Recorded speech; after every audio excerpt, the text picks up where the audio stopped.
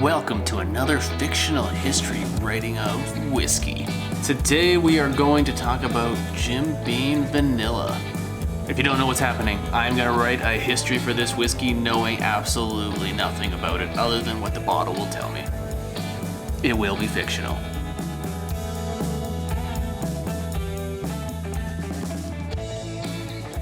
Let's take a look at what the bottle says. On the front it says Jim Beam, rich and smooth, Jim Beam since 1795. Vanilla liqueur infused with Kentucky straight bourbon whiskey. And then it says James B. Beam in like a fancy signature. Non-guarantee without my signature. And then on the side, for me, not for you, on the side it says quality made with genuine bean whiskey, made and bottled by the James B. Beam Distilling Co. Enjoy chilled. Other side. I may have drank some of this whiskey over the last couple weeks. On the other side it says, you couldn't tell until I turned the bottle this way. Legacy. Jim Beam Vanilla contains all the pride of the Beam family's 220-year history with a refreshing take on family tradition. Our distilleries have infused Madagascar vanilla liqueur with Kentucky straight bourbon whiskey, the perfect mix of vanilla and bourbon with hints of oak. Enjoy straight in a cocktail or with cola, made with quality whiskey. Well, that's nice that they use the quality stuff. That's it, there is no back. Obviously, my bottle also, they forgot to fill it before I got it. And then at the top it just says, got the guy's name again, James B. Bean. B. Things that stand out for me, they use the word genuine twice, and they use the word legacy. Also it says J.B. Bean. I don't know why you put the B in there. And then it says 220-year history, which if this started in 1795 plus 220 years equals 2015, not 2020. I'm sure lots of these things are have hints of oak in them. I don't remember reading that on a bottle, but I haven't read a lot of bottles. This is like the second bottle I've ever read. Okay, here's what I'm gonna do. I'm gonna take these thoughts and I'm gonna go quickly write something, a fake fictional history for this whiskey, and then I'm gonna come back and I'm gonna tell you what it is.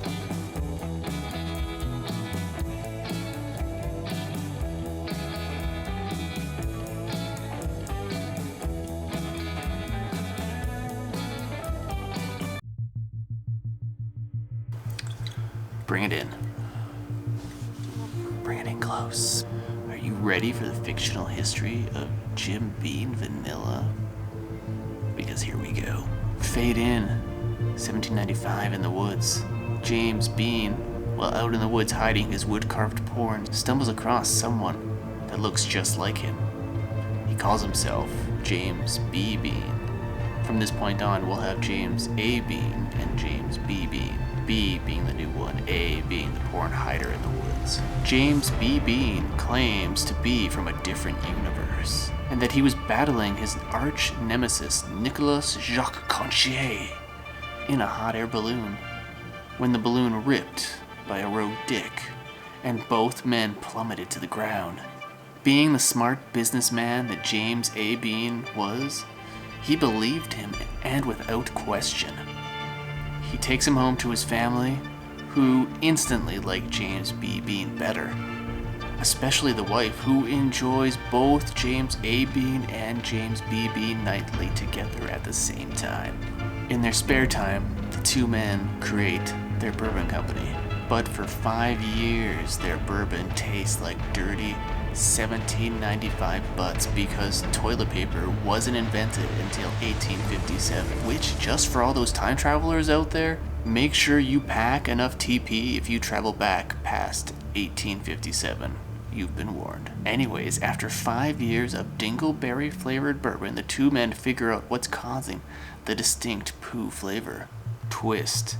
Nicolas Jacques Cartier, James B. Beam's arch nemesis, also traveled from the other universe at the same time. And for the last 5 years, he's been literally dumping on the two men's operation from the repaired hot air balloon. Needless to say, the two men didn't like being shat upon, so they made their own hot air balloon and started one of this planet's first high-speed balloon chases. Through all of their Kentucky drifting, James A. Beam jumped from the hot air balloon to Nicola's balloon, knocking both men off, causing them to fall to their deaths. And as James B. Bean watched the two men crash through oak trees, then crater into the ground, he had a slight sense of happiness. He was the only James Bean here now, and while that was good, and he would enjoy banging James A. Bean's wife alone for a change, he still felt bad. So he did what any good bourbon creator does. He cut up James A. Bean's body and spread the pieces of it throughout the bourbon barrels, where it created a rich and smooth flavor that we all love today.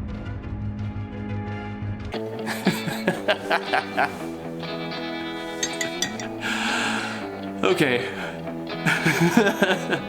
Hope you like this story. Don't forget to like and subscribe, and if you have a whiskey or bourbon or whatever you want me to write a fake history for, suggest it below. Don't forget to subscribe. See you guys later.